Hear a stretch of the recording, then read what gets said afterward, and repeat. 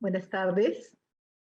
Bienvenidos, bienvenidas todos a esta mesa redonda, la primera, de este encuentro de investigaciones de psicología PUC en el año del Bicentenario.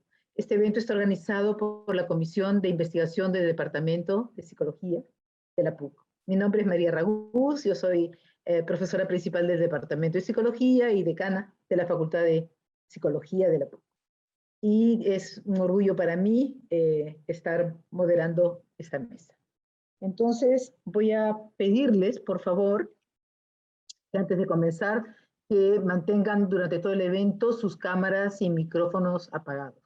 En este evento nos acompaña la doctora Sheila Blume, que es jefa y profesora principal del Departamento de Psicología, coordinadora del Grupo de Investigación Interdisciplinar Creatividad, Tecnología y Talento, y editora de la revista de Psicología de la PUC.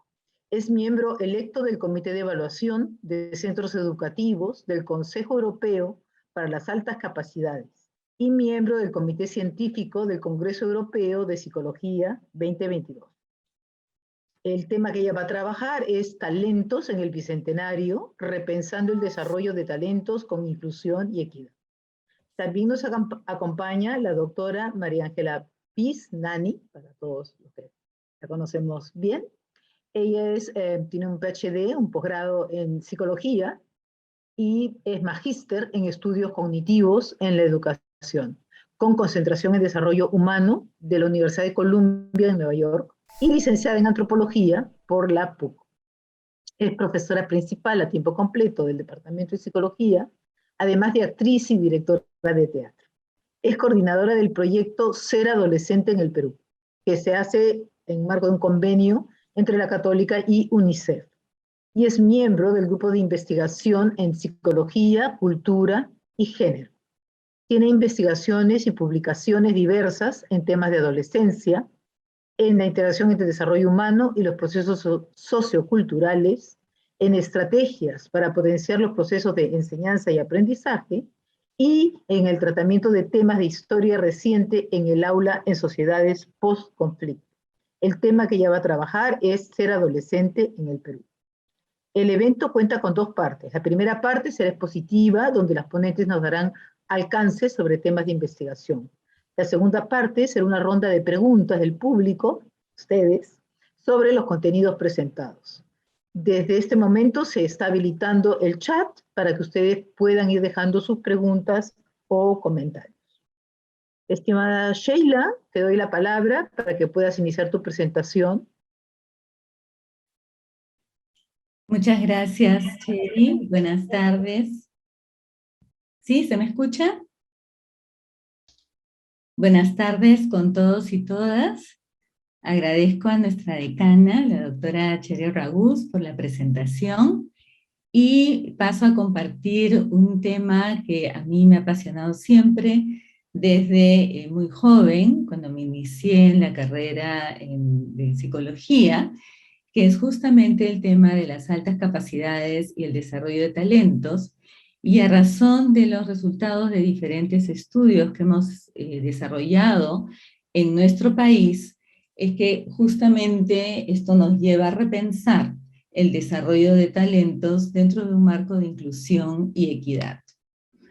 La pregunta que casi siempre nos hacemos, y es la primera que generalmente me hacen, es ¿por qué estudiar la alta capacidad y el desarrollo de talentos en el Perú? ¿Por qué? ¿Acaso no hay otros temas que puedan ser más interesantes o más necesarios? Por una cuestión básica de derechos de los niños, las niñas y los adolescentes también, y es que todos tienen derecho a una educación de calidad en función a sus propias necesidades de aprendizaje.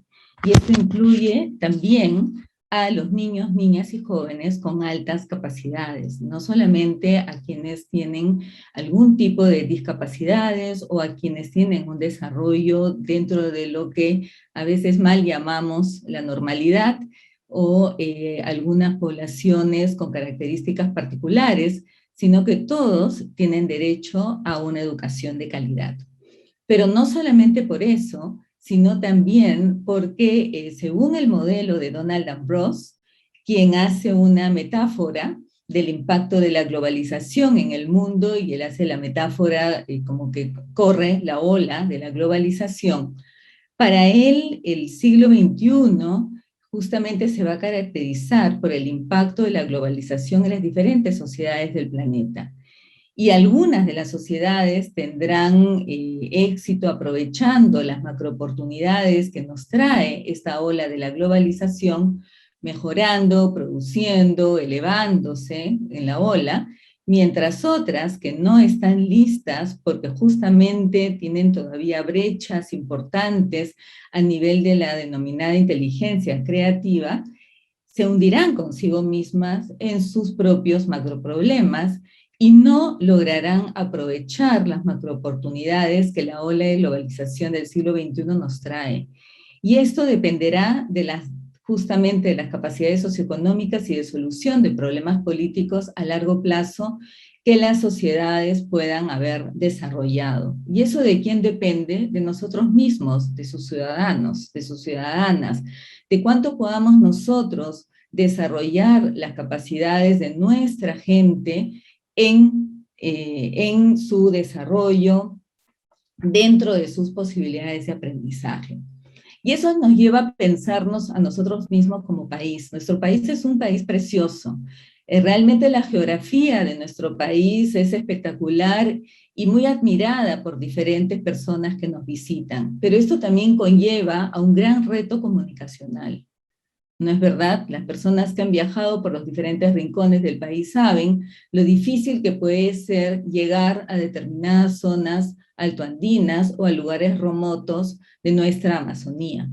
Por otro lado, nuestro país es un país altamente centralizado, con la densidad poblacional básicamente centrada en Lima. Y esto conlleva también a pensarnos y repensarnos de maneras básicamente centradas en lo que se supone que son las necesidades básicamente de los y las limeñas. Por otro lado, tenemos un mapa lingüístico en el Perú que es la envidia de otras sociedades, pero que para nosotros nuevamente constituyen desafíos significativos cuando queremos llevar educación de calidad a todos los rincones de nuestro país. Y esta situación justamente conlleva a que aún en el Bicentenario no hayamos logrado lidiar con entornos de adversidad que básicamente afectan a nuestra infancia y que en los casos de niños, niñas y jóvenes con alta capacidad tienen una influencia altamente significativa. Según los estudios de McLaughlin en el 2016, los entornos de adversidad en la infancia con personas con alta capacidad realmente tienen una influencia poderosa y duradera en su desarrollo.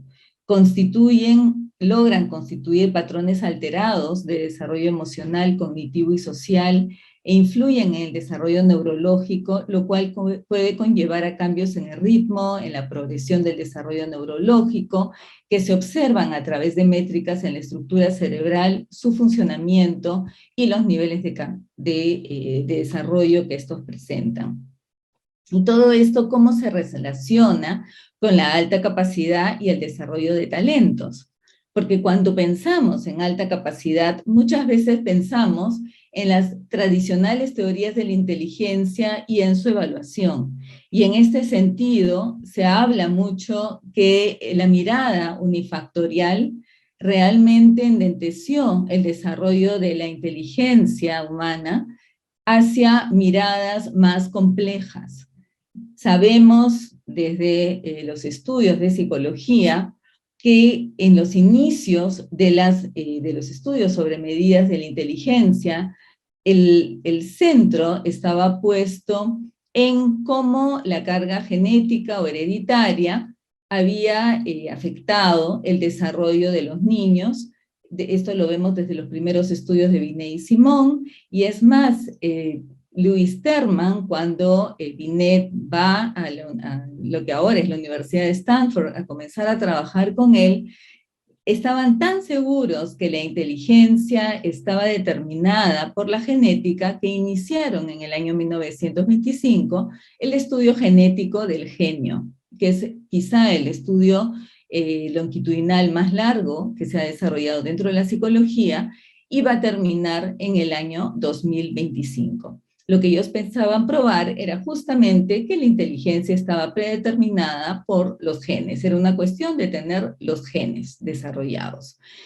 Pero cuando comenzaron a hacer cortes a lo largo de este estudio, se encontraron con que habían otros factores que también eran importantes y que básicamente estaban determinados por el ambiente. Y es así como este estudio genético del genio ha comenzado a mutar hacia miradas mucho más integrales, integrando el contexto, integrando variables ambientales dentro del desarrollo o dentro de este repensar de cómo entendemos mejor la inteligencia humana. Y justamente a raíz de esto es que el doctor Julian Stanley, que es el mismo Stanley que junto con Campbell escriben este manual importantísimo dentro de lo que son los diseños instruccionales, los diseños metodológicos en la investigación, para finalmente decantar en estudios de niños con altas capacidades y fundar el Centro para Desarrollo de Talento en la Universidad de Johns Hopkins. Justamente Stanley tiene muchísima importancia dentro del estudio de la alta capacidad porque es el primer estudioso de la alta capacidad que va a llevar un registro científico del impacto de los programas de intervención en jóvenes con altas capacidades, que hoy en día se pueden encontrar en los repositorios de las universidades de Johns Hopkins, de la Universidad de Iowa, y la de Northwestern en los Estados Unidos. Ejemplos de niños, jóvenes y niñas que pasaron por este programa son la hoy conocida como Lady Gaga, Sergey Brin, Mark Zuckerberg, que son personas que han trascendido las áreas de desarrollo a las cuales se han dedicado.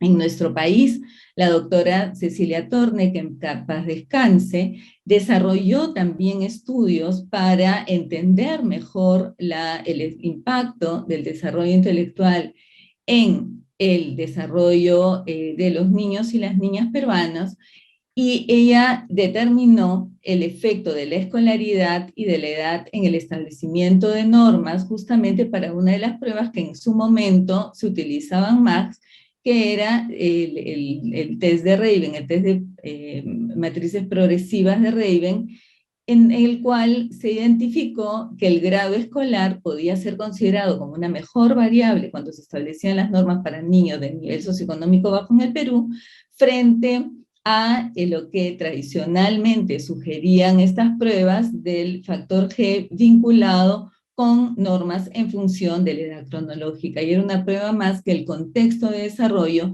influía significativamente dentro de los resultados de desempeño. Vamos avanzando en el tiempo y encontramos que Robert Sternberg propone con su modelo de inteligencia exitosa que inteligencia estaba más asociada ya no a elementos hereditarios, sino justamente a la capacidad de solucionar problemas. Y por otro lado, Howard Gardner señala que no se podía hablar de un solo tipo de inteligencia, sino de inteligencias múltiples vinculados a patrones únicos de fortalezas y debilidades en diferentes capacidades. Está acá la matriz de sus inteligencias múltiples en términos de los 8 tipos que inicialmente propuso. Pero no llega sino hasta Gagné, nuestro modelo diferenciado en donde la alta capacidad y el desarrollo de talento estaba claramente identificado, y de hecho es uno de los modelos que más se usa hoy en día a nivel internacional porque da cuenta de la alta capacidad más vinculada a capacidades naturales, dominios vinculados con lo intelectual, sí, pero también con lo creativo, lo social, lo perceptual, y también con lo físico a nivel de muscular y de control motor. Y el talento estaba mucho más desarrollado mucho más alineado con aquellas competencias que podían ser desarrollados siempre y cuando el entorno ambiental, factores intrapersonales y procesos de desarrollo que actuaban como catalizadores pudieran apoyar el desarrollo de estos talentos a lo largo de la vida. Entonces, no era solamente una cuestión de tener las capacidades naturales, digamos, denominadas hoy en día altas capacidades, sino de poder tener las oportunidades de desarrollo para lograr desarrollar talentos en áreas diferentes. Podían ser áreas académicas, sí, pero también podían ser áreas técnicas, en ciencia y tecnología, en arte, en servicio social, en ventas, operaciones de negocios, pero también en juegos, en deporte y en atletismo. Entonces vemos cómo el campo de aplicación se va ampliando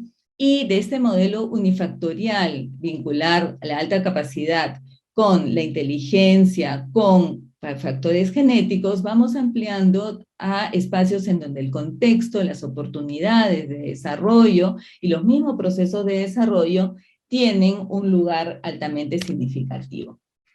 Llegamos al último modelo, que es el que más se usa hoy en día, que es el de Ziegler y Stuger, justamente en base a un modelo vygotskiano, en donde el ambiente es importante para el desarrollo de la persona en la medida que ofrecen zonas de desarrollo próximo en donde justamente se desarrollan las altas capacidades y se manifiestan bajo la forma de talentos. Entonces, dentro del modelo de Ziegler y Stuger se consideran los factores exógenos, así como los endógenos en el desarrollo de la alta capacidad para lo que ellos denominan el desarrollo de la excelencia bajo la forma de talentos específicos. Y aquí tenemos justamente que el capital social tiene una importancia altamente significativa en el desarrollo del talento, dejando de lado las teorías primigenias iniciales de hace 2 siglos, porque comenzaron fines del siglo XIX, en donde básicamente estaba la llamada inteligencia o el funcionamiento intelectual vinculado con la alta capacidad. Pero no solamente eso, sino que Betts y Neidhart identificaron que habían hasta 6 tipos diferentes de personas con alta capacidad. Podían ser niños, niñas, jóvenes, que tenían alta capacidad, sí, pero tenían diferencias claramente diferentes en función al tipo de alta capacidad que presentaban. Teníamos a los creativos, a las personas de alta capacidad autónomos, a los llamados exitosos, a los que también están en riesgo de no lograr desarrollar sus altas capacidades y por lo tanto pueden devenir en situaciones de alto riesgo. Tenemos también aquellos que presentan alta capacidad, pero también otras excepcionalidades, y a las personas de alta capacidad que prefieren pasar invisibles. Entonces, no siempre las personas con alta capacidad van a cumplir con el estereotipo de persona autónoma o, entre comillas, exitosa en términos de desempeño académico, sino que hay muchos otros tipos de personas con alta capacidad que también necesitan nuestro apoyo. Ahora bien, ¿qué hacer con estos niños, con estas niñas? Por un lado, es importante procesos de sensibilización. Y desde nuestro grupo interdisciplinario de creatividad, tecnología y talento, estamos trabajando a nivel tanto de administración pública como de colegios públicos, también con la comunidad de becarios Templeton y Eisenhower, que tienen una orientación hacia el apoyo al desarrollo de la alta capacidad y de los talentos, con fundaciones privadas y con también procesos de mentoría de pares, y ubicando a los niños y niñas y jóvenes de alta capacidad con mentores en función a sus áreas de interés. Por otro lado, desarrollamos seminarios internacionales de desarrollo de talento. Justo este fue uno del 2018, pero también logramos desarrollar el 2019 y comienzos del 2020, justo antes de la pandemia, para seguir apoyando a niños de alta capacidad en espacios de vulnerabilidad. Y por supuesto, la investigación es importante. Este es el resultado de la investigación de Obando, una de las personas que participó en nuestro grupo, en donde ella justamente se propone estudiar la relación entre resiliencia académica, metas de logro, teorías implícitas y algo de alto desempeño, y encuentra una relación entre las teorías implícitas de desarrollo vinculadas con la inteligencia y la resiliencia académica, trabajando este modelo de mediación simple de meta de aproximación al aprendizaje en relación a la teoría del desarrollo de la inteligencia y resiliencia académica. Por otro lado, tenemos los resultados de Boris Arce, aquí presente, quien además ganó un premio importante a nivel de la Escuela de Graduados y que justamente trabajó temas vinculados con pensamiento crítico, creatividad, autoeficacia, práctica pedagógica en formadores de docentes sanmartinenses, haciendo un esfuerzo impresionante durante la pandemia y en el cual justamente le encontró a la autoeficacia docente como un importante predictor del comportamiento entre las disposiciones al pensamiento crítico, al desempeño creativo e innovador y la práctica pedagógica. Todo eso nos ayuda a seguir fomentando justamente a nuestros jóvenes, algunos desde la universidad misma, otros son jóvenes que vienen por convenios de colaboración a participar en los diferentes programas de intervención. Nosotros a nivel de Perú tenemos que recién desde el año 2010 se dan las normativas explícitas para apoyar a los niños y niñas de altas capacidades que vivían en espacios de alta vulnerabilidad. Y es así como los colegios de alto rendimiento, que al inicio fueron 3, fueron desarrollando, dado que el impacto que tenían en el desarrollo de los niños era claramente visible, era tangible, y es así que hacia el 2016 tuvimos ya 25 COARs, uno por cada región, que atiende a la población de niños, niñas y jóvenes con altas capacidades. Pero estos COAR al comienzo, que sí, lo tenemos en todas las regiones, han sufrido también un cambio con respecto a su proceso de identificación. Al comienzo, la mayor parte de niños que configura, de jóvenes en realidad, porque es un programa para tercero, cuarto, quinto y secundaria, la mayoría de jóvenes provenía de zonas urbanas. Y justamente esto fue variando con el tiempo. ¿Por qué? Porque se vio necesario trabajar desde un enfoque de sensibilidad cultural el proceso de identificación.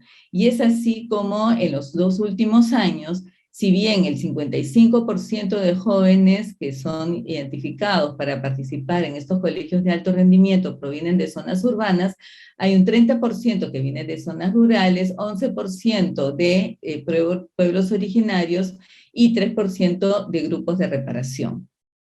Estos ya son los porcentajes de los participantes directamente a los COAR, no de los que se presentan, ¿no? Generalmente se presentan cerca de 30.000 jóvenes por año para los procesos de selección.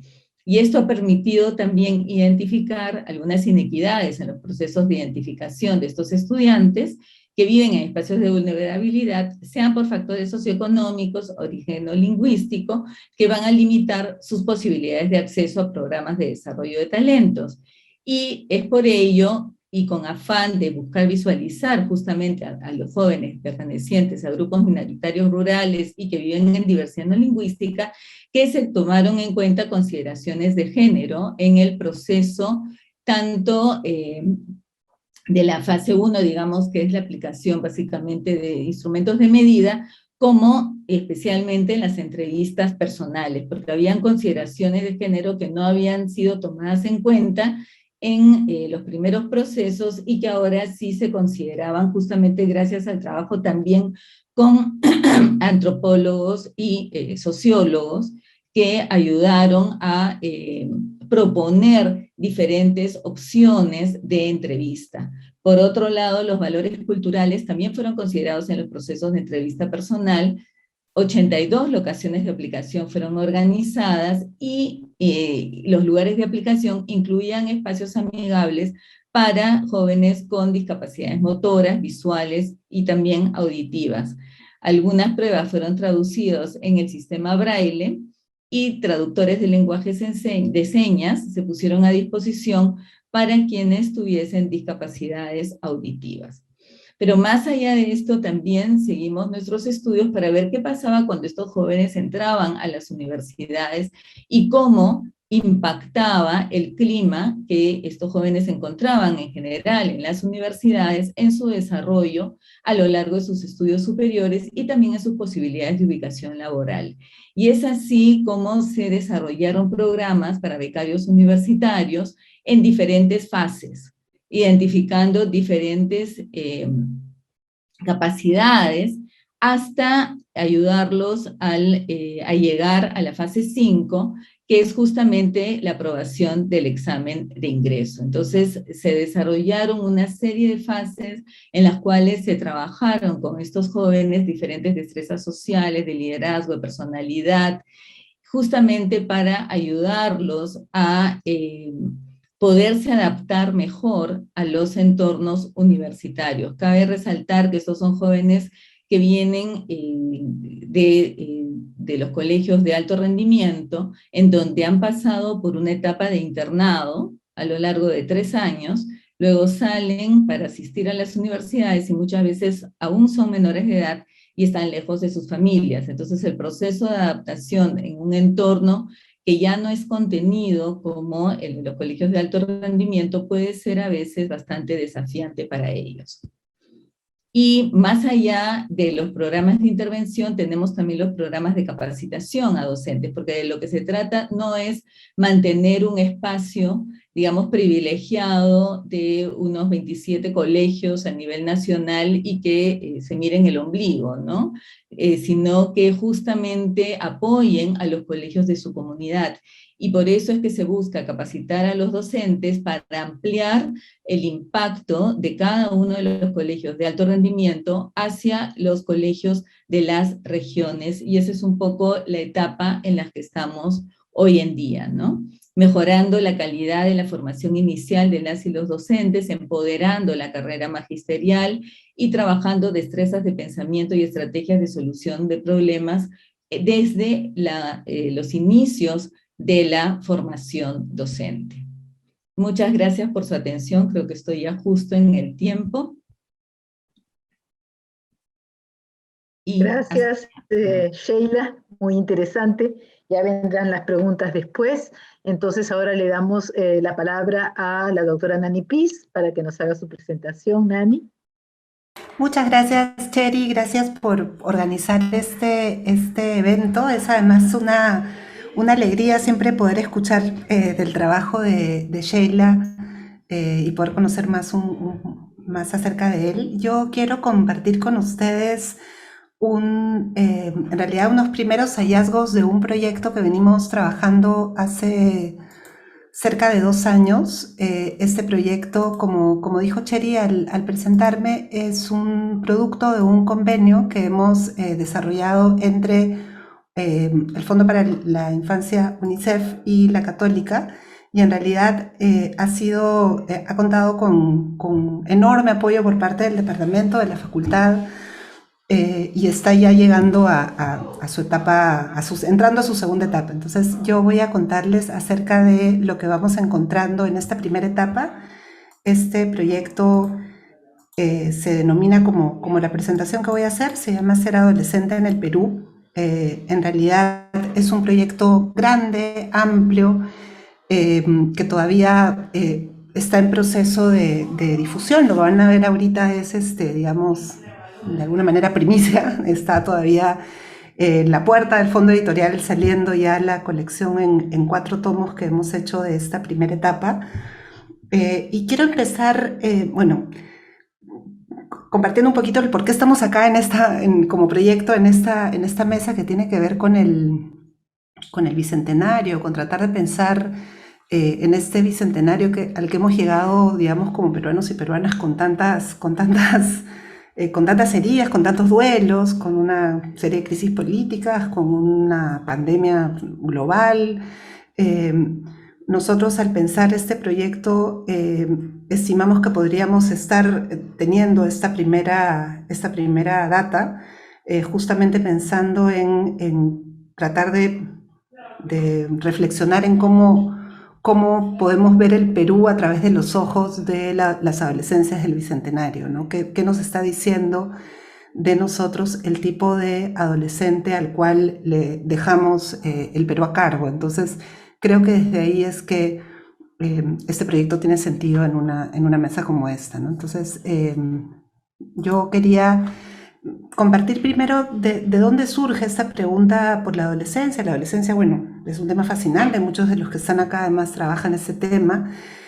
Nosotros lo que sentíamos como punto de partida un poco en un diálogo muy cercano con el Estado, que es como suele trabajar UNICEF, tratábamos de recoger la preocupación de que existieran ciertas áreas sobre los que se sabía mucho sobre la adolescencia, principalmente todo lo que tiene que ver con logros de aprendizaje, con variables contextuales, con cómo determinados, digamos, caracterizar determinadas poblaciones más bien extremas. El estudio de niños del milenio es una excelente contribución en ese sentido, pero sabíamos menos de variables psicológicas, digamos, atendiendo a la diversidad de nuestra realidad peruana, ¿no? Entonces, queríamos indagar acerca de cómo nuestros y nuestras adolescentes se desarrollaban en estas distintas ecologías. Partiendo además de la constatación de que mucha de la información que venía, que teníamos, a la que teníamos acceso, provenía de sociedades que desde la psicología cultural se denominan usualmente weird, es decir, sociedades occidentales con altos niveles de educación, industrializadas, afluentes y con sistemas democráticos, es decir, nada muy parecido a la mayoría de nuestra sociedad, plagada de exclusiones, de dificultades para mantener el sistema democrático en pie, con enormes niveles de desigualdad. Constatábamos que gran parte de los estudios psicológicos sobre la adolescencia provenían pues de poblaciones weird, lo cual implicaba tener una mirada de la adolescencia, digamos, no necesariamente gestada desde nuestra realidad. Entonces queríamos, en nuestros trabajos previos con el Estado del Ciclo, desde el Grupo de Investigación en Psicología, Cultura y Género, podíamos identificar representaciones sociales de la adolescencia muy negativas, muy cargadas de visiones deficitarias, que seguían atravesando los manuales de crianza, seguían atravesando la política pública, seguían atravesando las decisiones que se tomaban en el aula, y creíamos que, digamos, que problematizar este punto de partida era importante, pero que queríamos, más allá de problematizarlo, poder tratar de aportar a construir una psicología adolescente desde la diversidad peruana. Entonces, desde ahí nace este proyecto.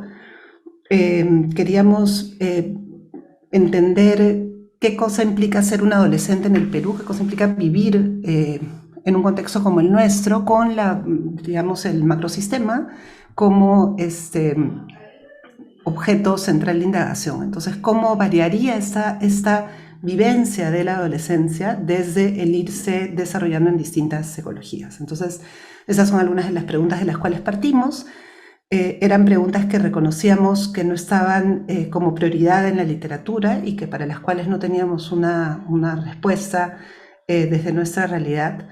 Y todo esto, digamos, de cara a lograr tener la fase a la que ahora estamos entrando, esta segunda fase del proyecto, que está orientada, digamos, a la finalidad del proyecto es poder ofrecer al Estado peruano a través del Ministerio de Educación un instrumento que permita tener una suerte de estado de la adolescencia en el Perú. Entonces, si bien hay ya estados de la infancia en el Perú, no contábamos con un instrumento semejante para la adolescencia, sobre todo que incluyera una serie de variables psicológicas que normalmente no estaban contempladas. Entonces, para poder desarrollar y protocolizar este instrumento, que ahora más bien estamos trabajando, ahora ya hemos entrado a esta segunda etapa, desarrollamos este primer estudio donde justamente apuntábamos a tratar de caracterizar cómo es esta vivencia de la adolescencia en tres contextos, en tres regiones del Perú,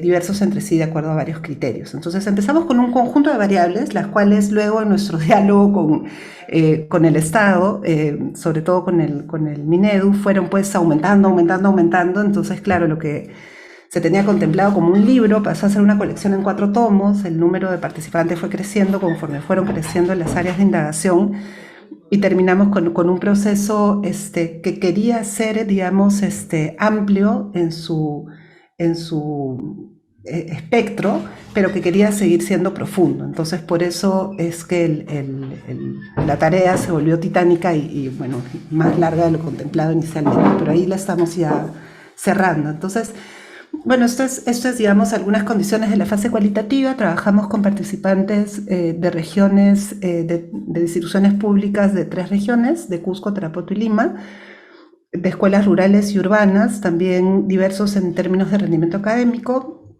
de nota en conducta y de situación laboral, y varones y mujeres, evidentemente.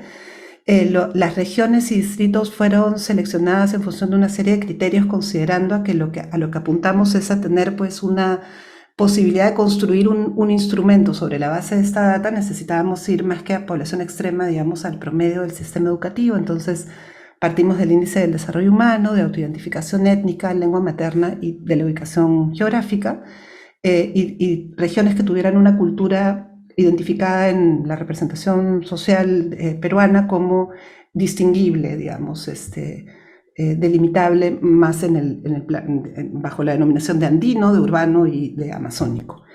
Escogimos las instituciones educativas sobre la base de estadísticas de rendimiento, cantidad de alumnos y ubicación geográfica. Hicimos una serie de entrevistas semiestructuradas en profundidad. Fueron aproximadamente 3 sesiones de 90 minutos cada una, aunque hubo bastante variabilidad. Entonces, digamos, se imaginarán que hubo una abundancia de data recogida, y nos interesaba ver cómo variaban en el tiempo algunas, digamos, en toda la etapa de adolescencia, entre la adolescencia temprana y media, determinadas variables, y por eso escogimos adolescentes de segundo y de cuarto de secundaria. Luego hicimos, digamos, además, en todas las escuelas a las que fuimos, hicimos observación tanto de patio, de institución educativa y de aula, lo cual nos fue sumamente útil para uno de los ejes. Entonces, este es un poco el modelo, sí, una estructura ecológica, abarca todas estas variables, las cuales evidentemente no voy a poder compartir en detalle con ustedes. Esto ha dado origen a una, como les mencionaba, una colección en 4 tomos, en una primera en la cual se despliega el análisis de las variables, digamos, más cercanas al intrasujeto. Entonces pasamos por bienestar, género y sexualidad, identidad psicosocial, ocupación futura y mundo, actividades fuera de la escuela y mundo laboral. Luego entramos a todo el nivel relacional en un segundo tomo. En un tercer tomo abarcamos todo lo que tiene que ver con la escuela, el aprendizaje dentro y fuera de la escuela y la cultura escolar. Y en el último, que hemos denominado los retos del contexto, abarcamos participación ciudadana y ciudadanía, representaciones sociales que tienen las y los adolescentes de la adolescencia, y 2 variables que trabajamos en las distintas, digamos, trabajamos en distintas ecologías, como son violencia y mundo digital. Yo ahorita, en lugar de pasar por algunas variables seleccionadas, preferí compartir con ustedes algunos, digamos, grandes hallazgos, grandes conexiones que hemos hecho entre estas distintas variables, tanto por el tiempo como para que creo poder tener quizás una conversación más sobre la base de lo que hemos encontrado. Entonces, un primer resultado general que era algo que nos preocupaba, era qué cosa es específico a la vivencia de la adolescencia marcado por qué, condicionado por qué, y qué cosa es eso general, que conecta a las y los adolescentes. Entonces, hemos encontrado en primer término uno de los hallazgos que creo que más nos interpelaron y nos parecieron particularmente interesantes, es que más que vivencias distintas de la adolescencia en el Perú, lo que tenemos son ciertas condiciones que configuran situaciones de mayor vulnerabilidad o de mayor exclusión, pero hay una vivencia compartida muy común de lo que constituye ser adolescente en el Perú, que atraviesa la región, que atraviesa el tipo de institución, incluso que atraviesa el género, entre otras cosas. Entonces, si bien hay que aproximarnos, evidentemente, desde un enfoque interseccional, creemos que hay un gran articulador de eso que entendemos como adolescencia, que tiene que ver con principalmente la escuela, como veremos a continuación. Entonces, por ejemplo, ¿qué es lo que encontramos? Encontramos que hay limitaciones para todos en el acceso a información sobre sexualidad y género, y hay mandatos muy comunes que inhiben el pleno ejercicio de la sexualidad en adolescentes, varones, mujeres, rurales, urbanos, pero ello es más restrictivo en las mujeres y aparece más enunciado como una preocupación para las mujeres. Hay una preocupación común por el futuro, un discurso automatizado por ir a la universidad en todos y todas, pero hay menos opciones para los que tienen bajo rendimiento y la preocupación aumenta conforme aumenta la proximidad de la salida de la secundaria. Entonces, en la adolescencia media, la preocupación aumenta, no las estrategias, no es que hayan más estrategias, sino hay básicamente un discurso autoafirmante, como veremos a continuación. Entonces, las principales diferencias son según género y según ámbito, más que según región. O sea, la distancia es entre la escuela rural y la urbana. Esa es, digamos, la gran diferencia que hemos encontrado en vivencia de la adolescencia. Ya aparecen diferencias más específicas en función de determinadas variables, algunas otras que esperábamos que cambiaran entre la adolescencia temprana y media, tal como plantea la teoría, por ejemplo, de construcción de identidad, hemos encontrado que siguen esos patrones. Ahora, dicho esto, existe, decíamos, una experiencia muy compartida de esta vivencia. Entonces, estas son algunas de las cosas en las que aparecen notables coincidencias, como por ejemplo, cómo se entiende el bienestar, las preocupaciones en torno al futuro, ciertos vacíos de información y concepciones, ciertas valoraciones, cuestionamientos respecto al mundo escolar, entre otras cosas, y consideramos que un gran unificador de esta vivencia, lo cual, bueno, no es sorprendente porque la adolescencia, digamos, como etapa de vida nace en términos de representarla socialmente a partir de justamente el alargamiento de la escolaridad. Entonces, la definición misma de adolescencia va muy ligada al alargamiento, al nacimiento de la secundaria. Entonces, este aparece como el principal espacio socializador y aparece también como el principal lugar donde se dan mandatos sobre cómo se debe vivir esta etapa. Es ahí donde se aprende cómo así debe ser vivida la etapa de la adolescencia. Entonces, esa tensión entre lo común y específico nos configura una adolescencia donde hay mucho que se entiende desde la misma escolaridad, ¿no? Ahora, otro aspecto que nos pareció interesante compartir con ustedes es que no aparece esta visión segregada entre la adolescencia y la adultez, como la adolescencia entendida como una etapa de no responsabilidad y la adultez entendida como una etapa de responsabilidad, cosa que habían aparecido incluso en algunos estudios nuestros previos, en clases altas y medias del Perú. Aparecen también en estudios de sociedades weird, esta idea de el adolescente como no responsable y el adulto como responsable en la representación social común.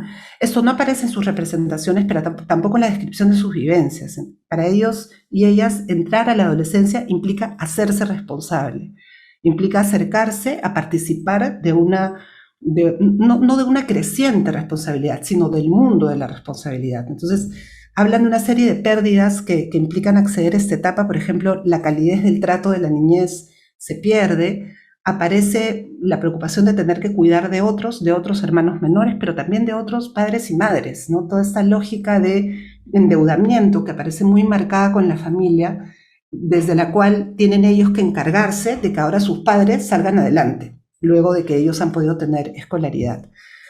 Y de gestionar su futuro sin apoyo. En la secundaria, el futuro y lo que puedan lograr a través de él no se logra ya, no consideran que se logra con el apoyo de padres y madres. Y esto solo se agudiza, pero aparece muy marcado ya desde segundo de secundaria.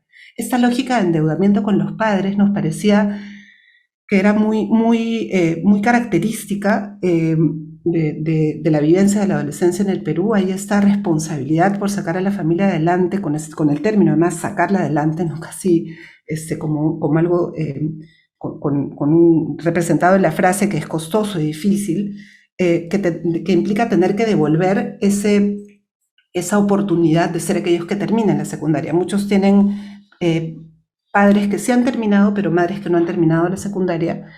Y en ese sentido, su noción, es bien interesante problematizar la noción de autonomía que presentan, ¿no? Porque los modelos de sociedades más individualistas generalmente han entendido el bienestar desde el desarrollo individual y la conquista de una autonomía que no es que esté, digamos, de espaldas a los otros, pero que sí se sustenta justamente en procesos de diferenciación. Acá más bien sus metas se organizan en torno a lo colectivo y tienen sentido solo en tanto benefician al colectivo, incluso a costa de lo que podríamos pensar que les afecta a ellos. Entonces, nos preguntábamos, o sea, creo que un espacio de intervención y para pensar con la secundaria es cómo acompañar este desarrollo de un sentido de agencia y una autoeficacia, por ejemplo, respecto a metas ocupacionales, que implique un proyecto propio y que recoja la importancia que tienen los vínculos, pero aliviando esa sensación de endeudamiento que atraviesa con tanta preocupación sus discursos, ¿no?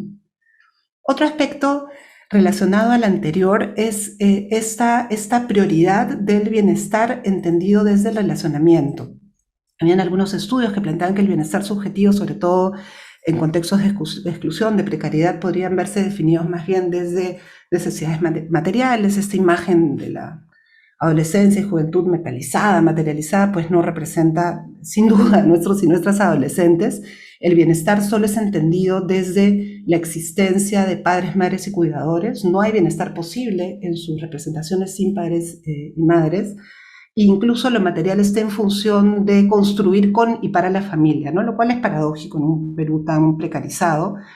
Pero en ese sentido hay un bienestar colectivo, pero es un colectivo cercano, no es el peruano, no es digamos, el Cusco rural, no es ni siquiera es mi comunidad barrial, es el colectivo familiar, no es un colectivo extendido, ¿no? Lo cual da cuenta de una transformación incluso en el mundo rural.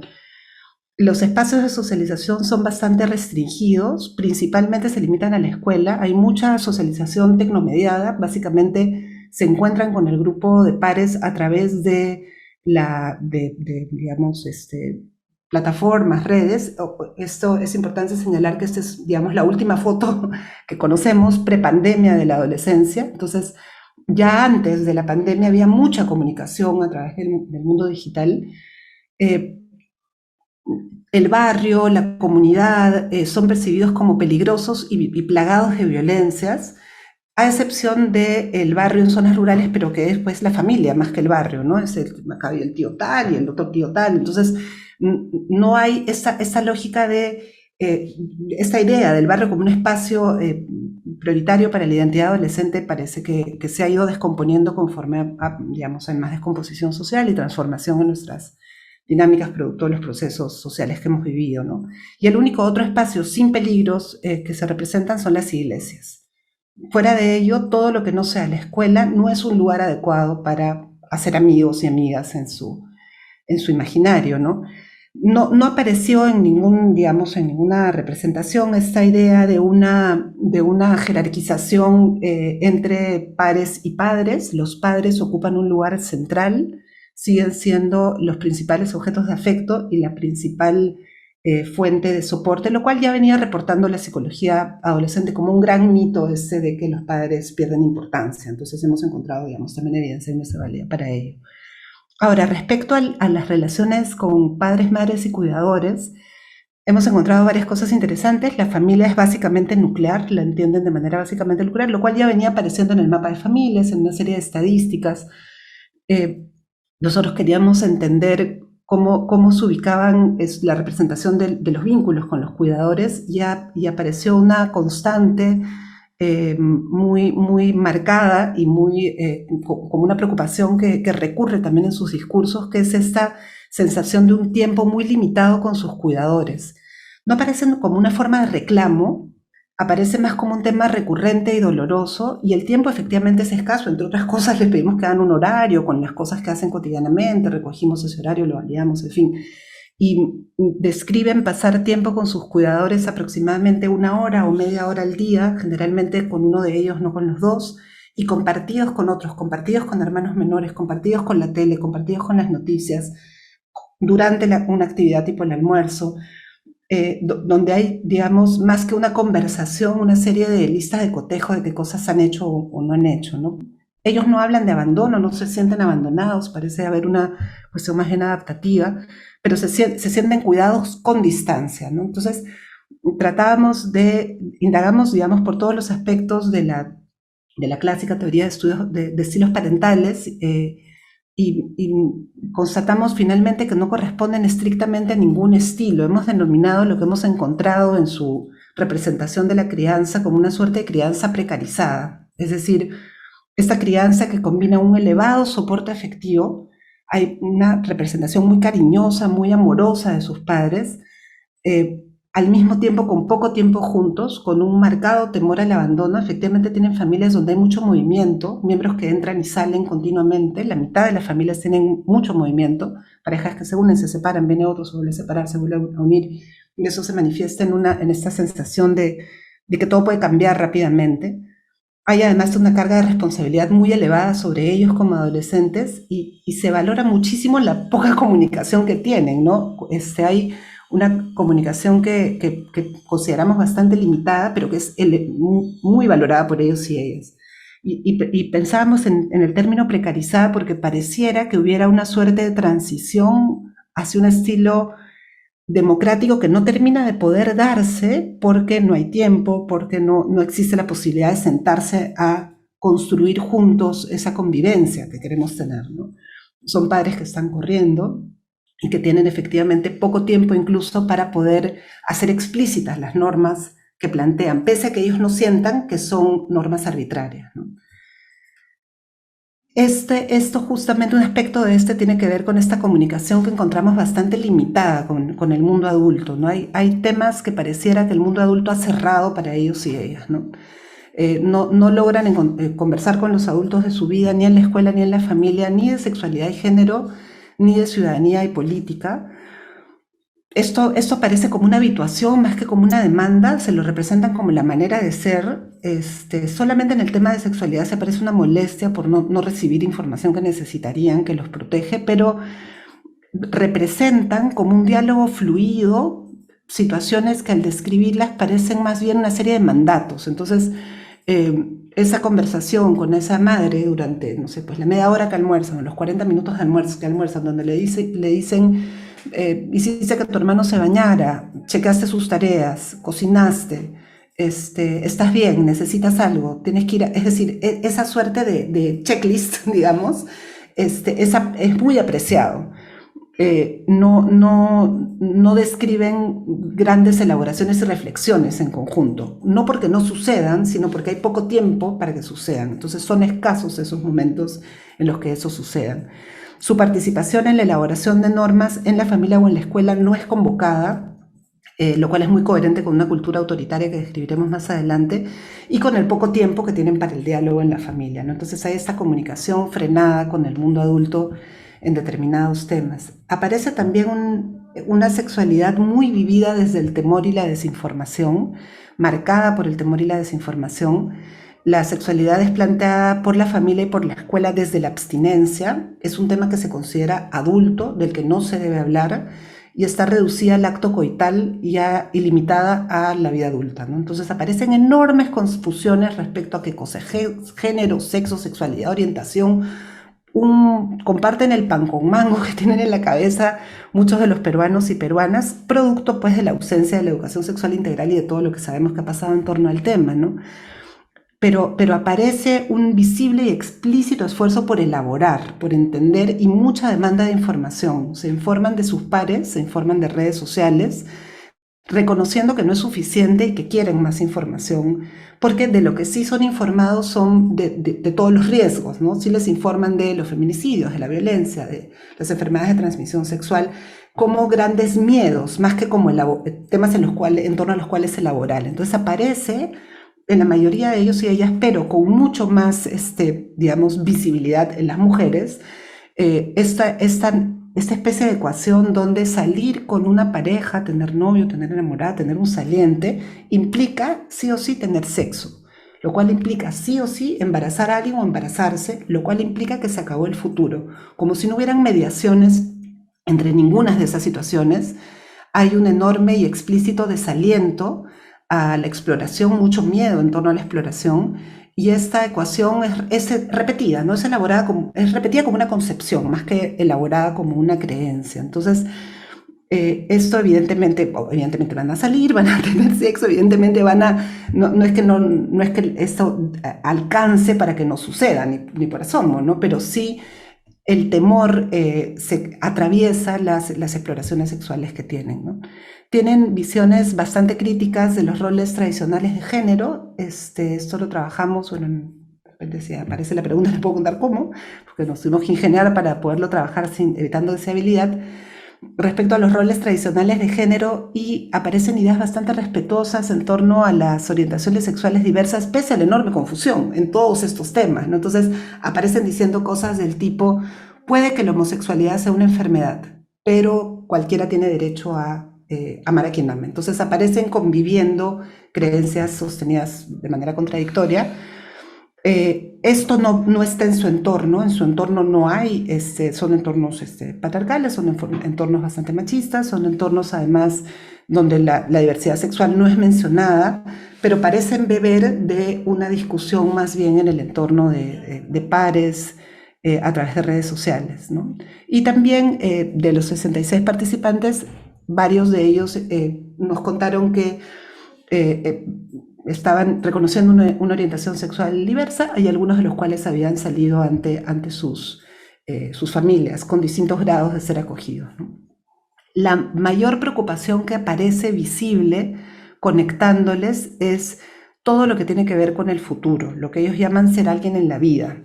El futuro es entendido únicamente desde lo ocupacional y únicamente desde el ir a la universidad. Hay una respuesta automatizada por ir a la universidad, muy similar a una identidad hipotecada en términos de Erikson, poco elaborada, poco sostenida en algún tipo de indagación o exploración. La escuela consideramos que no está haciendo bien su papel de acompañar proyectos de vida, no hay un proceso reflexivo tras de ello, lo cual conduce luego a futuros profesionales frustrados como los que se han venido demostrando en la literatura.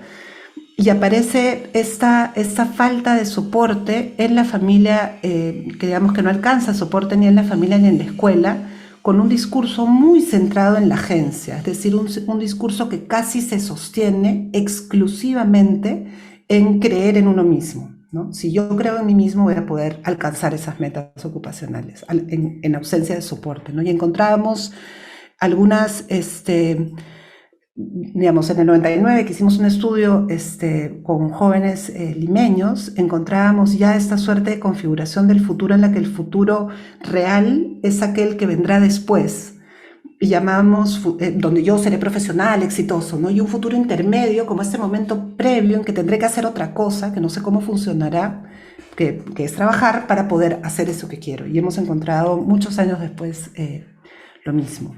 Veo que la pantallita de Cheri me está indicando que ya tengo que ir cerrando, y yo quería, digamos, para finalizar, decirles que esta foto que hemos tomado, de la cual podría hablar de muchas más hallazgos, variables de compartir, les decía que era una foto prepandemia.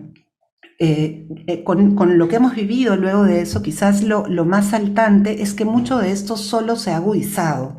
Entonces, no estamos viviendo ahora en proyectos de vida frustrados por el COVID o en problemas en términos de educación sexual integral por el COVID. Esto simplemente se ha ido deteriorando más, ¿no? Al mismo tiempo aparecen otras preocupaciones, todo el tema del duelo, todo el tema, digamos, de toda la precarización del sistema educativo en estos años, ¿no?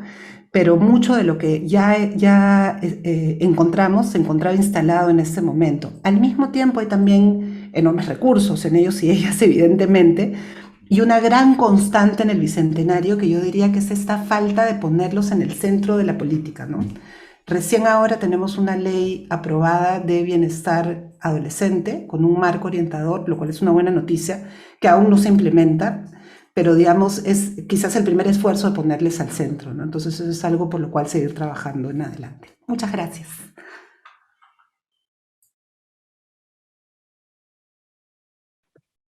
Bueno, pasamos a una discusión. Por ahora no he recibido todavía preguntas. Hay una que me están por enviar, entonces voy a iniciar la discusión yo con una pregunta para cada una y luego espero que el público haga más. Sheila, la pregunta de los 1.000.000.000 siempre con talento, ¿no?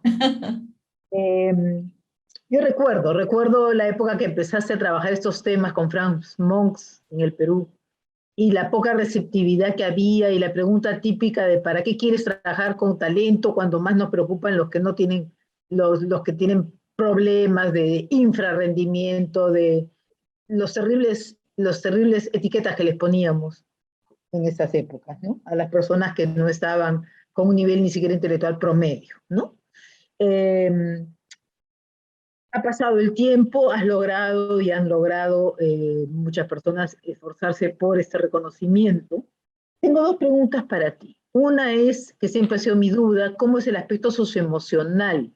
No intelectual, cognitivo, sino socioemocional, incluso moral, en este tipo de poblaciones. Y la segunda, tú has estado en muchos eventos internacionales, tienes contactos con es decir, la élite de talentos del mundo que están hoy día en un evento muy lindo y que han entrado a discutir esto de que no somos pues universales y que hay enormes diferencias entre regiones, culturas, grupos socioeconómicos, etcétera, etcétera.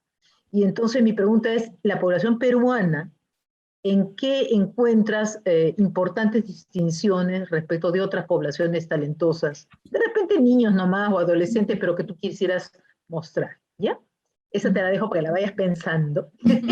Y a Nanita, tú sabes que adoro este tema de adolescencia, y yo me acuerdo cuando hicimos investigaciones, cuando creamos la ONG Red de Jóvenes en los 90, que duró 25 años, hacíamos investigaciones, pero no se publicaban. Eran investigaciones para las ONGs, para intervenir, para políticas, pero no académicas, ¿no? Y me acuerdo de frases maravillosas como que estudiamos la sexualidad y nos decía, su frase típica era, ahora empiezo a alucinar. No me voy a olvidar nunca. Entonces yo creo que lo cualitativo es muy importante, el haber podido preguntar y que ellos te expliquen cómo ven el mundo, cómo ven las cosas. Me parece fascinante que mucho de lo que traes no encaja con lo que uno esperaría desde la teoría, desde el mundo adulto, desde el mundo occidental, urbano, desarrollado, europeo, qué sé yo. Entonces, mi pregunta va por el lado de la pandemia, como reto. Estos temas de la responsabilidad enorme que han sentido los adolescentes y la población joven, cómo es ahora con la pandemia, cómo es ahora el futuro con la pandemia, con todas las inseguridades que ha traído, cómo ves el salud mental, bienestar, cómo podemos trabajar, y vas a tener que hacer un nuevo capitulito a tu libro, ¿no? De esto, cómo empata con los cambios que debe haber traído la pandemia y los impactos que va a tener en esta población muy pronto, y se van a ir sintiendo, ¿no? Entonces, empezamos de repente con Sheila, que ya tuvo tiempo de pensar su respuesta, luego Nani, y luego, si es que tenemos preguntas, las vamos a ir recogiendo. Sí, no solamente le he pensado, sino que tengo un apoyo acá, que ya no lo presenté por falta de tiempo, no sé si lo pueden visualizar, que tiene que ver justamente con aquellas conductas que enmascaran a las altas capacidades y que están en relación a tu pregunta, Cheri. Y una de ellas es el desarrollo asincrónico. Los chicos y chicas de altas capacidades tienden a tener desarrollos, el denominado de desarrollo asincrónico, que son diferentes niveles de desarrollo en funcionamientos, sea cognitivo, con respecto al socioafectivo. No siempre van de la mano. Y algo que a veces no se termina de entender es que las personas con altas capacidades necesitan retos cognitivos para funcionar mejor a nivel socioafectivo, y esto es bastante complejo. Se ha discutido muchísimo en planos internacionales, pero cuando tú te enfrentas, sobre todo cuando conversas ya con adultos con altas capacidades, ¿no? Te dicen, sí, nunca dije a nadie esto, pero yo desde los 4 o 5 años me sentía diferente, y se siente diferente desde los 4 o 5 años, aún ahora, ¿no? Tengo niños y niñas de 5 años que no solo se autoperciben diferentes, sino que funcionan, piensan, perciben el mundo de diferentes maneras. No mejor, no peor, son diferentes y tenemos que dar el mismo respeto a las diferencias. Esto por un lado. Por otro lado, son personas intensas, ¿no? Esto que uno dice, y ahí me acuerdo de Nani, los adolescentes y las adolescentes son intensas, bueno, los niños y niñas con altas capacidades son personitas intensas, intensas desde chiquitos. Entonces, a veces se confunden con el mal llamado trastorno por déficit atencional, ¿no? Que a cualquier persona que es vivaz, alegre y energético le ponen su chapa, ¿no? Y son personas intensas porque viven las cosas con esos niveles de intensidad, que a veces en función al tipo de sociedades molestan más o menos, o encuentran mayor o menor receptividad en sus hogares, en sus familias, donde se van a desarrollar, y también en el entorno social, ¿no? Porque todavía, lamentablemente, estamos en sociedades en donde los niños calladitos se ven mejor, ¿no? Entonces, si van a ser vivaces, son maleducados, ¿no? No son bien controlados, etc. Por otro lado, son personitas y personotas, o sea, son niños, adolescentes y adultos con diferentes intereses. Y cuando les interesa algo, realmente se meten a fondo en sus intereses, o sea, se desconectan del mundo. Y eso puede llevar también a que sean percibidos como aislados socialmente. No porque busquen aislarse, sino que genuinamente, y sobre todo esto pasa mucho con personas de muy alta capacidad, tienen una curiosidad, tienen pasión por temas específicos, que puede ser desde los dinosaurios o cómo se creó el mundo cuando tienen 4, 5, 6 años, hasta temas mucho más complejos en función a sus intereses y a sus entornos de desarrollo, ¿no? Entonces, este interés los hace justamente poner en la balanza qué prefiero. ¿Prefiero ir a jugar con mis amigos fútbol? ¿No? O ir a estar en el grupo, digamos, de amigos almorzando, en fin. O me voy con mi libro, o me voy al laboratorio, o me voy a lo que me interesa, porque tengo un tiempito y puedo invertirlo más. Pero no es necesariamente, y acá muchas veces lo malentendemos, que porque no tengo capacidad para interactuar socialmente, entonces me aíslo. En este caso no es así, o sea, no podemos repetir patrones de lo que nosotros sabemos a todas las poblaciones, porque hay poblaciones que simplemente no entendemos. Tenía el caso de un niño que llega al Perú, ya acelerado en otro país de Europa Oriental, ¿no? Ya tenía un año de aceleración pedagógica, que en nuestro país está prohibido, eso no lo he dicho, es el único país de América Latina donde está prohibida la aceleración pedagógica. Tenemos Chile, que está haciendo estudios sobre aceleración pedagógica y homeschooling. Colombia, Brasil, Argentina, todos están haciendo sus estudios en este sentido, y acá todavía estamos con el cliché que no, que la edad cronológica determina tus capacidades de aprendizaje. Y eso es un horror. Y somos, creo que, 4 o 5 países en el mundo en donde está prohibida la aceleración pedagógica, ¿no? Y lo peor de todo es que la razón, después se esgrimieron razones, digamos, disfrazadas de científicas, pero la razón inicial fue absolutamente burda, ¿no? Y lamentablemente no lo hemos podido revertir. Y no se trata de padres que creen que tienen minigenios, o chiquiviejos, y quieren poner pues a sus hijos en el colegio a los 3 años, en primer grado. No es eso. Lo que pasa es que estamos quitando opciones, y te digo, hay chicos que, población internacional sobre todo, que se mueve mucho en el mundo, que no optan por el Perú porque saben que si vienen acelerados, acá los van a, entre comillas, desacelerar, ¿no? Entonces, los únicos chicos que pueden mantener su aceleración pedagógica acá son los que van a colegios internacionales, porque se rigen con otros planes educativos también. Ese es un tema. Por otro lado, tenemos altas capacidades con bajo rendimiento y no cumplen los estereotipos, pues, y no por eso dejan de tener alta capacidad. Lo que pasa es que no cumplen con el estereotipo del chico o la chica perfecta, ¿no? O de buen desempeño, porque no necesariamente el tener alta capacidad te obliga o va a conllevar por inspiración mágica a tener un buen desempeño, porque para tener un buen rendimiento académico es necesario motivación, perseverancia y tener hábitos de estudios consolidados y una excelente memoria, ¿no? En muchos de los colegios peruanos. Por otro lado, el famoso autoconcepto inflado disminuido, porque si eres una personita que te das cuenta que no necesitas estudiar, igualito te vas a sacar buenas notas, entonces o te sobras, porque te crees lo máximo, o te disminuyes, porque dices algo estoy haciendo mal y no estoy viendo lo que otros hacen, y por qué yo no sé lo que los otros hacen. Y al final lo que ocurre, y que ese sí es un tema de muchas personas con alta capacidad, es que pasan toda la vida escolar sin desarrollar hábitos de estudio. ¿Por qué? Porque no necesitaron desarrollarlos. Se sentaban en la clase, escuchaban la clase, o sea, se les quedaba, por decirlo de alguna manera, sacaban excelentes notas y ya no necesitaban estudiar. Tengo padres de familia que me dicen, yo soy tonto inteligente, ¿no? O sea, ¿cómo tonto inteligente? No, lo que pasa es que soy un inteligente, pero que nunca aprendió a estudiar. Me iba muy bien hasta la universidad incluso, pero ahora que soy adulto, que quiero poner mi empresa, no tengo estos hábitos que mis compañeros sí tuvieron que desarrollar para poder aprobar sus estudios escolares y yo nunca tuve que hacerlos, ni siquiera en la universidad, ¿no? Por otro lado, el tema del perfeccionismo, y el perfeccionismo no es porque los demás quieren, o sea, no estoy hablando de estos padres que presionan a sus hijos, estoy hablando de los chicos y chicas que se autopresionan porque no se permiten el error, y este sí es un tema que hay que acompañar. Por otro lado, tenemos las multipotencialidades, que pueden ser buenos en muchas áreas, y que para muchos puede ser, pero excelente, puede ser ese excelente deportista, qué sé yo, tocas un instrumento o te desempeñas muy bien en el baile y también te va muy bien en el colegio y te va muy bien en muchas áreas. ¿Qué estudio? O sea, ¿a qué me voy a dedicar en mi vida? La orientación vocacional puede ser todo un reto.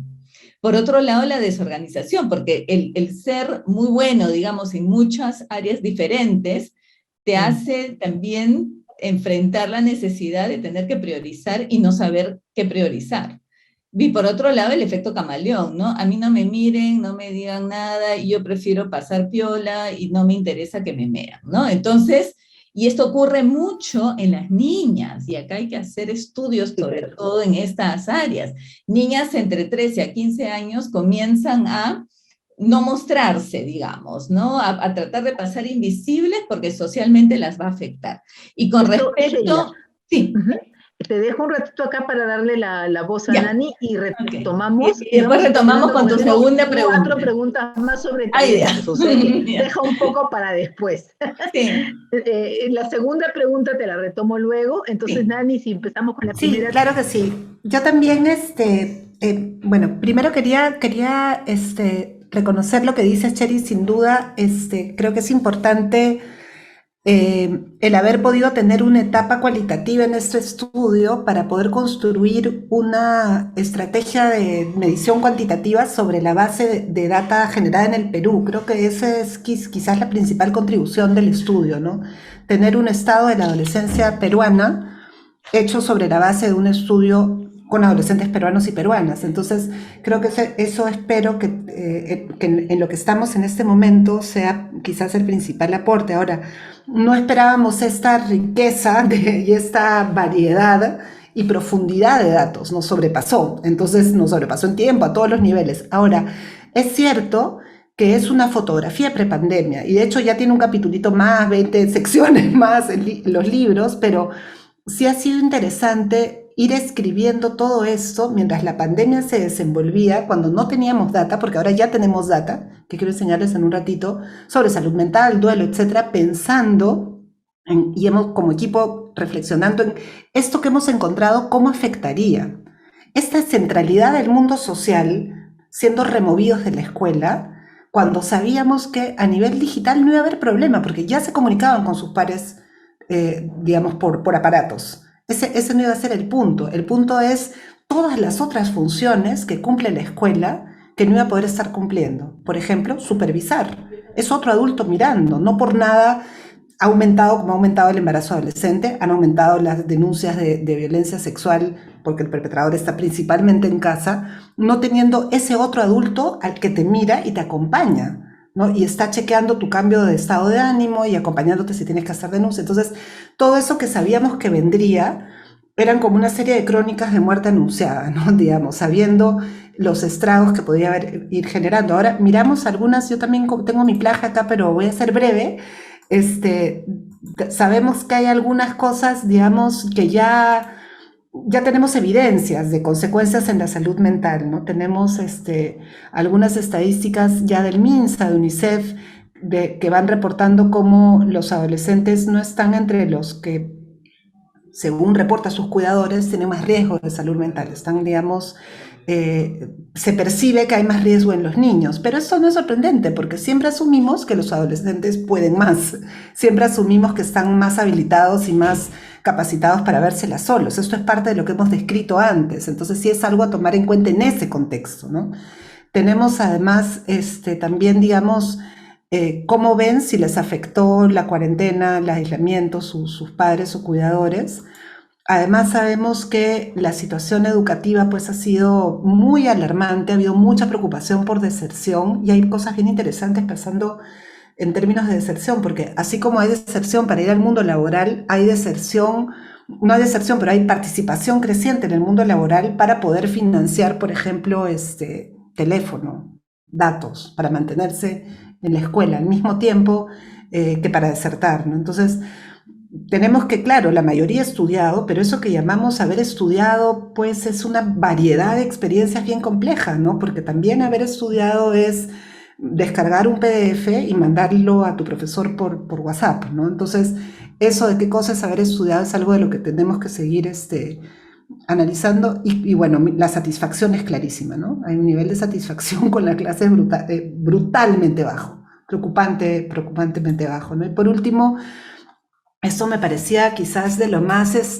alineado con lo que hemos encontrado, ¿no? Aparece mucha preocupación por el futuro en una etapa además donde es tan importante, donde el eje es el futuro, ¿no? Entonces, aparece mucho temor a nivel económico de qué va a pasar con mi familia, las mujeres más pesimistas que los varones, ¿no? Ha habido problemas concretos como alimentación, ¿no? Digamos, claramente. Eh, y bueno, una mayoría que pide ayuda, pese a que hay un porcentaje que no la pide, ¿no? Y creo que otra cosa aún no medida, que estamos ahí viendo, armando un proyecto para medirla también, tiene que ver con cómo se están representando la muerte y el duelo, porque sin duda, digamos, en las teorías de desarrollo se piensa que los adolescentes entienden la muerte como algo todavía lejano, ligada digamos, a la omnipotencia, es algo que a mí no me va a pasar, o sea, se juega con ella a un nivel abstracto, pero no está cerca, no es este personaje cotidiano que ha venido a invadirnos a nosotros ahora, ¿no? Entonces, ¿qué estarán pensando sobre la muerte de cara a la cantidad de huérfanos que hay, de cara a la cantidad de muertes que hay? ¿Cómo se está transformando esta visión de la muerte, ¿no? Eso es algo que justamente en el CAP que hemos ganado vamos a pasar a investigar ahora, ¿no?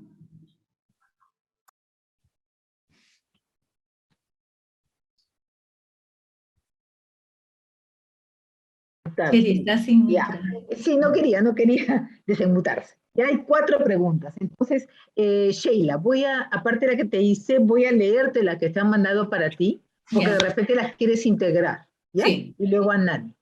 En el caso tuyo, Boris pregunta si puedes comentar, a ver acá, cómo visualizar los talentos, cómo potenciar las altas capacidades de futuros maestros. ¿Ya? Eso lo dice Boris Jesús. Pero Rosa pregunta, además de agradecer las 2 presentaciones, que comente qué instrumentos se usan para identificar estos talentos y qué retos hay para identificar estudiantes en grupos vulnerables. Ahí yo también me preguntaba, ¿no? Con las etnias, con los lenguajes, los idiomas, ¿cómo se hacía? Y hay una pregunta de Eliana Esparza, ¿cómo hacer para que los chicos talentosos no se autosaboteen por miedo a sobresalir y por miedo a tratar algo por no frustrarse?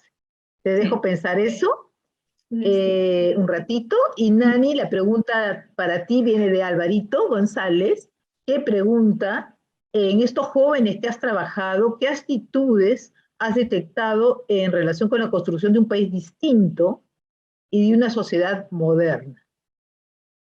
¿Ya? Y creo que ahí ya tienes para, para elaborar un poquito las dos. Entonces, empezamos contigo, Sheila. Sí. A ver, desde la segunda pregunta anterior, justamente a raíz de los resultados de los estudios que estamos teniendo. Hay estudios que se pueden mostrar y hay estudios que lamentablemente los hacemos con cierto nivel de confidencialidad, ¿no? Porque es con las diferentes administraciones públicas también, ¿no? Entonces, algo que sí estamos definitivamente trabajando, y esto nos ha llevado también a tener nuestras diferencias, justamente con los denominados modelos universales, es que los modelos universales no son tan universales como los investigadores de sociedades altamente tecnologizadas opinan, ¿no? En donde básicamente su heterogeneidad máxima es cuando les llega un grupo migrante que no conocen y los meten dentro del sistema educativo para tratar de homogenizar y ya está. Pero eso no ocurre con nosotros. Entonces nosotros sí tenemos que hacer una combinatoria de temas, factores asociados a la psicología del desarrollo, por supuesto, junto con psicología transcultural y psicología de las altas capacidades. Entonces hay factores de ambas, de esta tríada, digamos, factores inherentes a cada una, que son determinantes en la identificación de las altas capacidades en sociedades como la nuestra, y no solamente nos ayudan a comprender mejor nuestras altas capacidades, sino también, yo diría, la gran mayoría de países del hemisferio sur, exceptuando quizá la zona de Oceanía, ¿no? Que también tienen sus grupos originarios, lo que pasa es que no los miran mucho, ¿no? Entonces nosotros sí hemos encontrado bastante similitud con grupos originarios de Australia, de Nueva Zelanda, de África, ¿no? Algunos incluso de algunas zonas del Asia, de India, más que con respecto a la propia América, ¿no? O sea, países de Norteamérica, porque su máximo nivel, pues, de diversidad cultural es vista de otras maneras, ¿no? Además se molestan cuando se los decimos. Por otro lado, algo que ellos no entienden, y eso me encantó, es que nuestros jóvenes, que son, digamos, egresados de estos colegios de alto rendimiento, que fueron a la universidad, que van al extranjero, muchos de ellos ganan becas para hacer sus maestrías, doctorados, casi todos están regresando al Perú. Y esto es algo que se jalan los pelos porque no entienden cómo no siguen el típico modelo mucho más individualista de, bueno, pues si ya hiciste la América y te fuiste para un país altamente tecnologizado, mira cómo te quedas y quédate por allá, ¿no? ¿Qué haces volviendo al Perú? Pero hay esto que Nani ha mencionado que es fuertísimo además, y eso lo junto con tu anterior pregunta de desarrollo emocional y moral, que tiene que ver con que se organizan en torno a lo colectivo. Entonces van, estudian, pero sienten que tienen una misión en la vida, y esto lo tienen súper, súper adentro, ¿ya? O sea, eso viene desde adentro. Y es justamente sacar adelante a su sociedad y a su país. Entonces, esto es algo que nada se los va a quitar. O sea, se pueden ir literalmente, porque tenemos gente en la China, estudiando en chino, sus doctorados en robótica y en fin, y van a regresar. O sea, no pierden el contacto, no buscan quedarse en otros lados, sino que se sienten comprometidos. Y yo creo que esto no lo encuentras. Yo he trabajado también con jóvenes, por ejemplo, del INPA, de Instituto de Matemáticas y Artes en Illinois, que es lo más parecido a los COAR, digamos, que he encontrado, y de ahí pues todo el mundo se va al MIT, a Harvard y a Stanford, ¿no? Que son, digamos, sus universidades mecas, y ahí a la NASA, y bueno, pero no buscan regresar a sus pueblos de donde salieron, ¿no? Ni a sus ciudades del centro, digamos, en este caso de Estados Unidos, ¿no? Pero acá nuestros jóvenes buscan regresar. Y yo creo que eso es un valor que no podemos perder.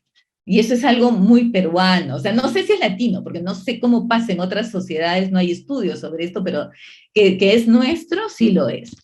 Por otro lado, ay, ¿qué cosa? Boris.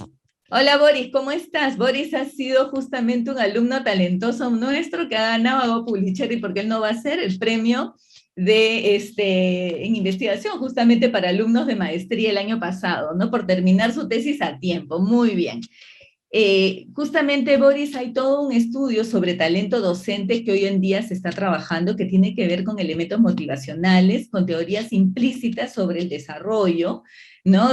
A diferencia de estas teorías de mente fija, digamos, ¿no? En donde si eres capaz, te quedas capaz toda tu vida y no tienes posibilidades de desarrollar, frente a si tú puedes seguir desarrollando en función a las oportunidades que tienes, ¿no? Y esto es muy típico, por ejemplo, de sociedades asiáticas. Si ustedes preguntan a gente de China, a gente de Corea del Sur, ¿a qué atribuyen su éxito, su desempeño, todos les van a decir a su motivación, a su pasión y a su alto esfuerzo y a su perseverancia.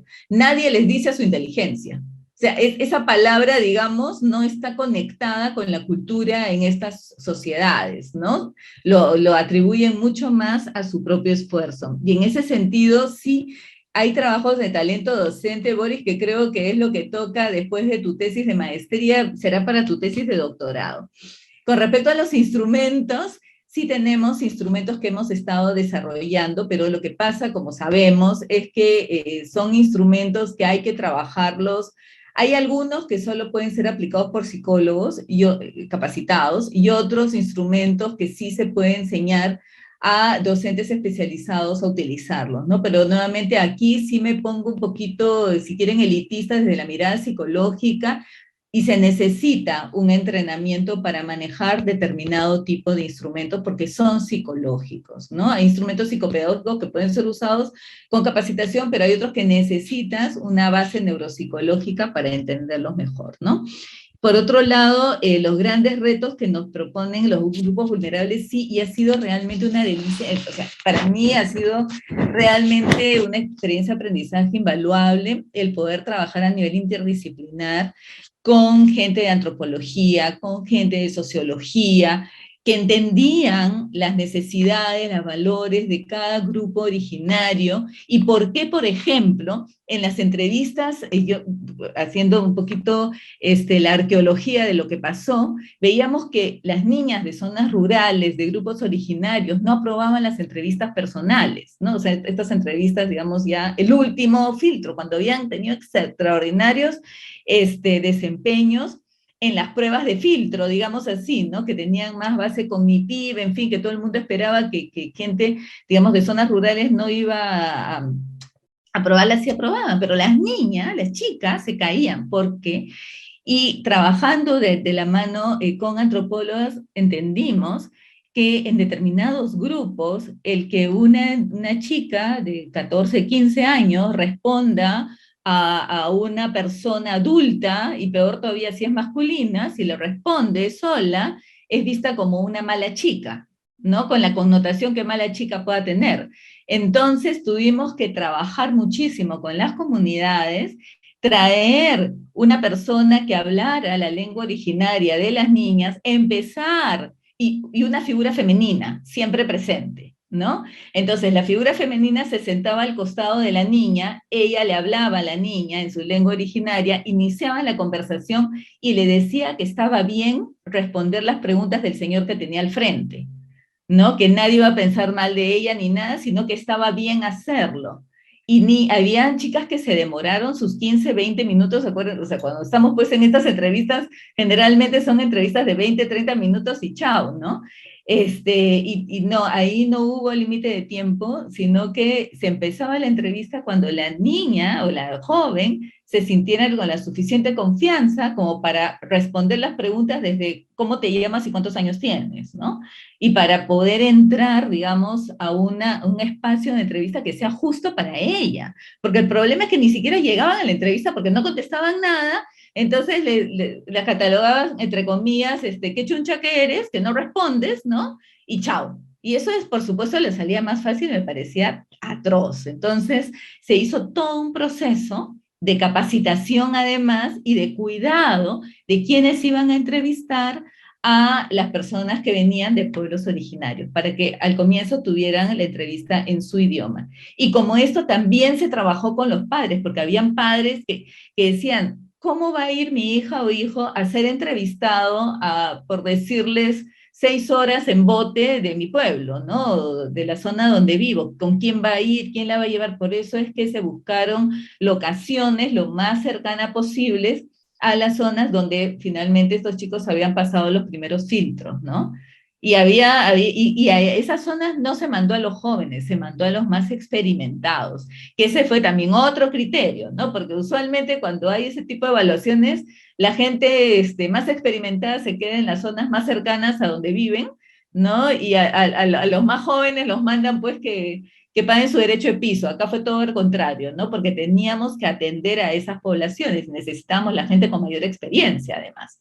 ¿no? Entonces fue todo un trabajo que se hizo al revés, si quieren, de lo que usualmente se hacía, y de verdad fue sumamente gratificante. En esta oportunidad, en la última pre-COVID, se presentaron 32.000 postulantes, ¿no? De todos los grupos, de grupos de reparación, de grupos originarios, de todos los diferentes grupos que son atendidos por el Ministerio de Educación. Se tuvo muchísimo cuidado y lo más interesante era el compromiso de la gente que iba a evaluar. O sea, no es que iban porque ya, quiero salir de esto, ¿no? Sino que realmente estaban comprometidos. Hizo una labor de capacitación impresionante y realmente se identificaron personas invidentes, se identificaron personas con limitaciones auditivas, ya teníamos personas con limitaciones motrices y de zonas rurales. O sea, fue una cosa que de verdad que incluso hasta los mismos profesores de los cuales a veces decían, ¿cómo vamos a hacer para manejarnos con estos grupos de aprendizajes tan diversos? Pero lo han hecho y lo han hecho muy bien, ¿no? Entonces, realmente, lo más importante de esto es que trae muchas satisfacciones, ¿no? Así que bueno. Gracias, Sheila.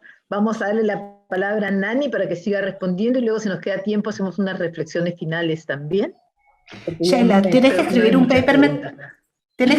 paper metodológico ahora, porque te escuchaba y pensaba... Sí, es lo que toca, es lo que toca. Y también escuchando lo que decía Cheri todos estos documentos grises que se quedan en ONGs no publicados, lo cual es desesperante, ¿no? O en el Estado no publicados, y a nosotros nos pasó lo mismo, no nos alcanzaba lo que teníamos planeado hacer para poder medir lo que necesitábamos medir, y a veces yo creo que más pensando en la formación de nuestros estudiantes, toda esta experiencia de trabajar interdisciplinariamente, de pensar en otras formas de abordar el tema, me parece que es valiosísima.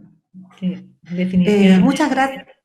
Muchas gracias, Álvaro, por la pregunta tan potente que me permite hablar de algo que no tuve tiempo de compartir, que es otro eje del estudio, que fue ciudadanía y participación ciudadana, ¿no? De hecho, una de las cosas que nos preguntamos era qué está pasando con esta generación en esos términos. Y es bien interesante lo que pasa en nuestro país a nivel de nuestra representación de la adolescencia. Creo que lo más claro es lo que aparece con situaciones como la denominada generación bicentenario en las marchas de noviembre, ¿no?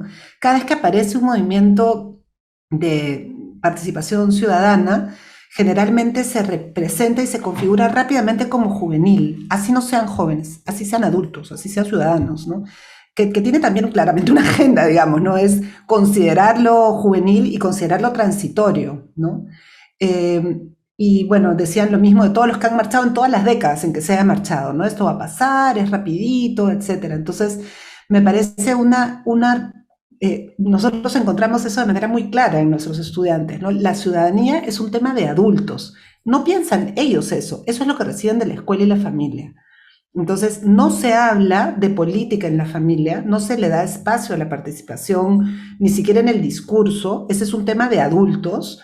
Y en la escuela lo que hay es este tratamiento totalmente formalista de los ciudadanos, ¿no? Entonces, hay una escuela jerárquica, autoritaria, docente centrada, transmisionista, que no ha cambiado pese a todo lo que le hemos hecho para que cambie. Sigue la cultura escolar intacta, inamovible. Eso lo hemos medido evaluando scripts docentes desde la ciencia cognitiva, hemos observado aulas, lo hemos corroborado por donde entráramos, ¿no? Esa escuela sigue intacta, y esa escuela no permite formar ciudadanía democrática, es inviable. Entonces, puedes tener el municipio escolar, pero ellos notaban la contradicción. Entonces, sí, hay este municipio que organiza fiestas en el campo, ¿no? Ayuda a la fiesta de la comunidad, o sirve para hacer el pasacalle del Día de la Primavera, ¿no? Pero no tiene un rol de representación, no existe la noción de representación, que es para lo que sirve el municipio escolar. Entonces, su principal propósito no sirve, ¿no? Entonces, ahí está este formalismo, y por supuesto que su concepción de la ciudadanía está reducida a la participación electoral. Nosotros indagamos por todas las posibles instancias donde podrían estar participando, también para evaluar si había una ciudadanía digital. Entonces les preguntábamos, por ejemplo, ya que hay este discurso del que beben sobre género de las redes, tú entras a páginas de cosas que te gustan y compartes información, no sé, ballenas, o política, ¿no? No, yo entro nomás. O sea, no hay una noción activa de ciudadanía en la escuela desde el espacio virtual tampoco. Entonces, esas marchas de noviembre, ahí no estaban nuestros adolescentes de secundaria, ¿no? Ese es un proceso más postsecundario. Lo que sí queda claro es que para ellos no está legitimado, no hay un orden social que les legitime el derecho a participar. Ahora, dicho eso, más en el plano, digamos, de concepciones y creencias, indagamos por cómo entendían ciudadanía, democracia, etcétera, una serie de conceptos. Y encontramos, igual que en el tema de género, una enorme confusión. Encontramos, pero hasta ya llevándonos a replantearnos qué es lo que, digamos, si no hemos pecado, de repente voy a decir algo que a algunos les consideren un pecado, pero si al trabajar tanto habilidades no hemos devaluado la importancia que ciertos conceptos articuladores requieren para estructurar la mente, ¿no? Porque decían cosas inversas a la definición. Democracia es el gobierno en el que alguien manda con mano dura, ¿no? O sea, como malos, pese a que no era una prueba, evidentemente era una elaboración, ¿no? Entonces, mucha confusión, sin posibilidad de descomponer sus elementos, ¿no? Confusiones muy arraigadas. Entonces, hay, bueno, confusiones en torno a qué es al sistema democrático, al funcionamiento del sistema, a la participación, a los derechos vinculados a la participación en el plano conceptual. Cuando salimos del plano conceptual y vamos a las instancias en las que participan, encontramos que hay un desaliento a la participación. Pero cuando vamos más a los casos en vida cotidiana, que fue otro nivel en que analizamos, entonces les decimos, hay esta situación en tu comunidad que María la considera injusta y Juan considera que es justa, y María cree que hay que protestar y Juan cree que no. En el plano más valorativo, más actitudinal, sí aparece una preocupación por el bienestar, una preocupación por lo colectivo, valores de solidaridad, valores de hacer algo, pero removido de cualquier connotación que tenga participar como ciudadanos. Entonces hay una enorme, digamos, oportunidad perdida ahí, ¿no? No tenemos ni una familia, ni una escuela en este momento que facilite formar ciudadanos democráticos. Más bien desalientan la formación de ciudadanos democráticos, pese a que sí está en el espectro de sus intereses, ¿no? Sí hay una preocupación por lo colectivo en el plano, digamos, de aquello que atañe a su vida cotidiana. También hay creencias muy instaladas que nos revelan esa orientación individualista que ha venido durante mucho tiempo instalándose en nuestro país, ¿no? Esta creencia en que solo la agencia personal y el emprendimiento personal permite lograr las cosas, y esta creencia en que no, lo colectivo en realidad digamos, el Estado no existe. Entonces, una cosa que indagábamos era si es que cualquiera puede modificar sus circunstancias, ¿no? Eso era un tema del que hablábamos, o si depende más bien de ciertos factores, ¿no? Todo depende de uno, puro positivismo anclado en nada, ¿no? Aprendido también, ¿no? Que se refuerza además en distintas instancias, en lo vocacional y también en el cambio colectivo, ¿no? Entonces, el Estado no sirve como instancia a las cuales ellos recurren para nada. Y bueno, pues el Estado, sabemos por la COVID que no llega ni a Huacho en el Perú, ¿no? Llega muy chiquito el Estado peruano. Entonces, sí, pues no está en su imaginario, ¿no? Más bien su representación del Estado peruano es desde la corrupción, desde la injusticia, desde, digamos, valoraciones principalmente negativas. Entonces, sí hay un trabajo ahí muy importante que hacer, que yo creo que hay que entrar por eso que ya está instalado, ¿no? Por esa noción de bien común ya instalada, ¿no? Por ese otro que sí, que como decía Sheila, está en su preocupación cotidiana, que les hace volver al Perú, desde ahí ampliarlo hacia un otro más digamos, colectivo, ¿no? De alguna manera. Okay, Nani, ha llegado una pregunta para ti para que termines de redondear, y luego voy a pedirles a cada uno una reflexión, una especie de aporte, pero yo quiero hacer un comentario previo y cerramos con los aportes de ustedes dos. Pero esta pregunta yo también me la había planteado, así que genial que salió. Ivonne Rentería te pregunta, además de agradecerles a las dos sus presentaciones, si podrías comentar, Nani, qué hallazgos encontraste sobre adolescencia y violencia. Ay, por supuesto, Ivonne, gracias por la pregunta. Ese también fue otro eje, y bueno, una de las Nosotros trabajamos a dos planos. Trabajamos en el plano digamos, porque el cualitativo iba a entender cómo entendían las violencias, más que hacer un recuento de qué violencias sufrían, para lo cual hay mejores, digamos, hay una mirada más, hay muchos buenos estudios ya creados, pero evidentemente surgieron también las violencias de las que ellos eran víctimas o veían en su entorno. Entonces, lo primero que nos llamó la atención es que no, bueno, no nos llamó la atención, nos dolió más bien, es que no hay ámbito de desarrollo donde no hayan violencias que ellos identifican, ¿no? Ninguno, ¿no? Las violencias más visibles para ellos, más nombradas por ellos, están en sus dos instancias principales de desarrollo, que son familia y escuela. Pero hay diferencias muy grandes en cómo se representan una y la otra. Es mucho más sencillo hablar de la violencia en la escuela. La nombran, la entienden y saben incluso cómo reportarla. Ahora, como hemos venido diciendo muchos de los que trabajamos este tema, la principal preocupación en la escuela no es la violencia entre pares, es la violencia perpetrada por los docentes y las docentes hacia los estudiantes, tanto la naturalizada, la violencia en el discurso y en las maneras de enseñar, como la violencia física, sexual, etcétera, perpetrada por docentes. Entonces, aparece muy nombrada, y esa sí aparece visiblemente, digamos, desnaturalizada, lo cual es un proceso muy valioso. Y incluso nombran programas como el CICB, y algunos incluso nos dijeron cómo utilizarlo. Entonces, aparece ya, ha hecho una excelente labor el Estado peruano en eso, y se aparece el legítimo derecho a no sufrir violencias en la escuela. Cuando llegamos a la familia, el panorama es tremendamente distinto. Es muy difícil hablar de violencia en la familia. Aparece una lógica de casi corregirse apenas se enuncia. Viniendo desde UNICEF, cualquier forma de violencia que aparecía, bueno, todos tenemos que denunciarla, se aparece, pero además había una serie de protocolos que teníamos que cumplir, lo cual hacía que el tema no pudiera quedarse en nombrarlo. Teníamos que tener una serie de intervenciones y felizmente pudimos intervenir en todos los casos. Pero aparece aún naturalizado el maltrato físico. Mi mamá me espera con la chancla, ¿no? Me espera con la chancla, jaja, o sea, la violencia simbólica naturalizando el maltrato físico. Y no aparece, salvo en el plano del humor, digamos, no aparece la violencia en la mayoría de los casos, con excepciones de adolescentes que efectivamente sufren maltrato, como algo que ocurre en el presente, sino como algo que ha ocurrido, como una forma de educar en la niñez de la cual se ha crecido, pero aparece recurrentemente. Entonces, sigue siendo problemático, sobre todo por su naturalización, por lo difícil que se hace nombrarla e intervenir. Entonces,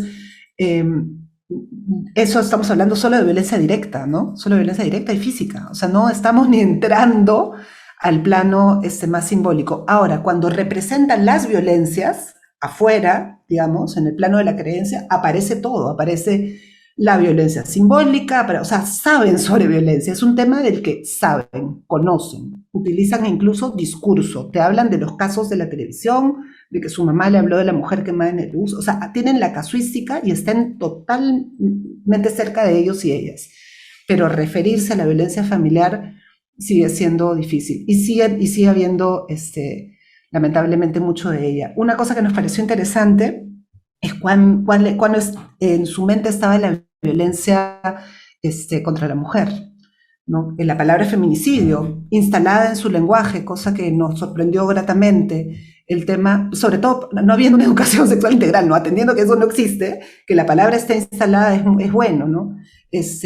Al hablar de estereotipos de género, un límite es la violencia, un límite enunciado, no un límite en su práctica, pero es un límite que enuncian como un límite, ¿no? Entonces, está en todas las instancias, a nivel de discurso. Ahora, sigue siendo el ámbito de la familia problemático todavía, ¿no? Gracias, Nani. Sheila, te acaba de llegar una última pregunta de Álvaro, y ahí cerramos las preguntas, porque sí quisiera hacer una pequeña reflexión global. Y Álvaro González pregunta, ¿cómo articular el desarrollo de talentos con la formación ciudadana?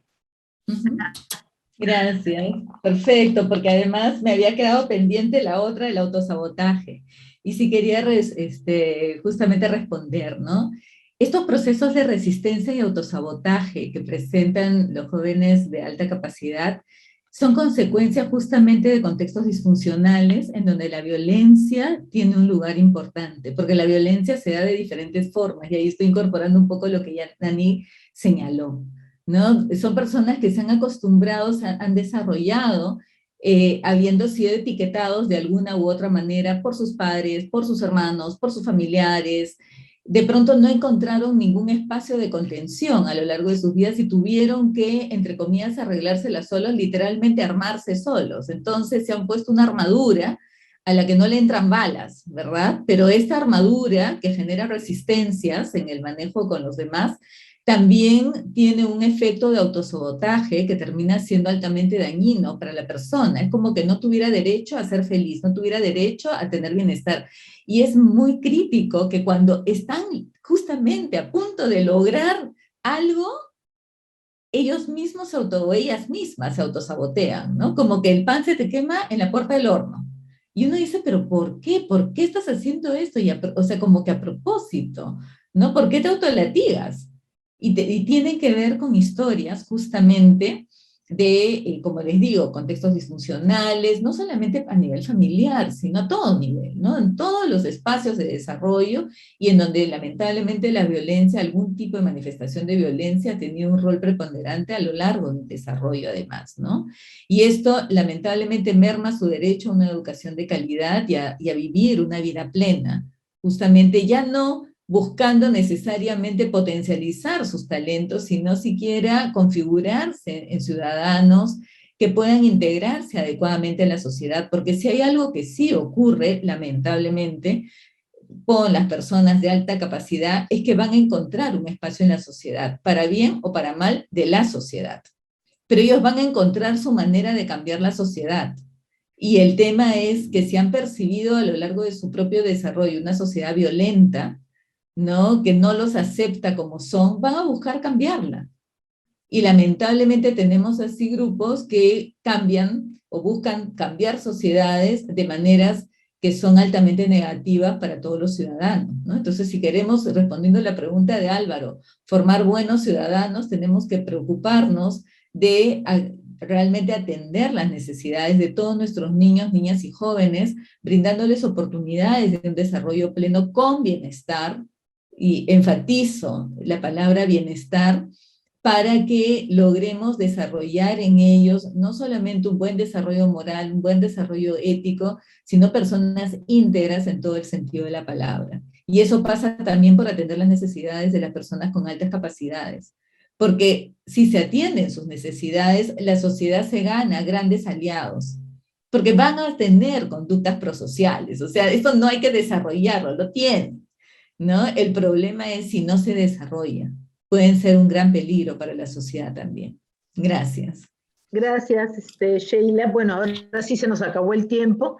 Estoy tratando de respetar los tiempos que nos han puesto. Yo agradezco a las ponentes y lo que quiero es destacar, ¿no? Que en Psicología PUC tenemos una formación conectada con la realidad peruana, la realidad del mundo. Ustedes lo ven, los temas de violencia, de inclusión, los temas de desarrollo, de salud, de bienestar, de ciudadanía, de ética, están presentes, ¿no?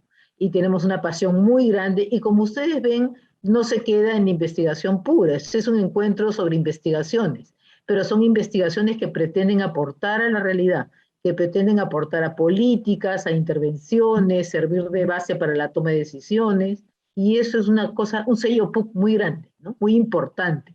No es una investigación pura por el interés de investigar y publicar, va mucho más allá. Entonces los invitamos a seguir leyendo a Nani y a Sheila y a todo la plana docente de nuestra psicología PUC y a integrarse a nuestra facultad y a nuestro departamento y a conocernos más y a trabajar con nosotros. Hay mucho que hacer con la sociedad civil, hay mucho que hacer con el Estado, hay mucho que hacer con la cooperación internacional. Entonces, hay distintas formas en que podemos trabajar. Y con ello agradezco a nombre de la Comisión de Investigación en que hayan asistido a este evento e invito al próximo evento el viernes 15, me parece que sí, de 4 a 6 de la tarde. Ojalá que esté tan bonito como este. Muchas gracias a todos. Hasta luego. Gracias. Gracias, gracias, Cheri. Muchas Gracias. gracias a todos. Muchas gracias, Cheri. Cheri, Nani. Gracias.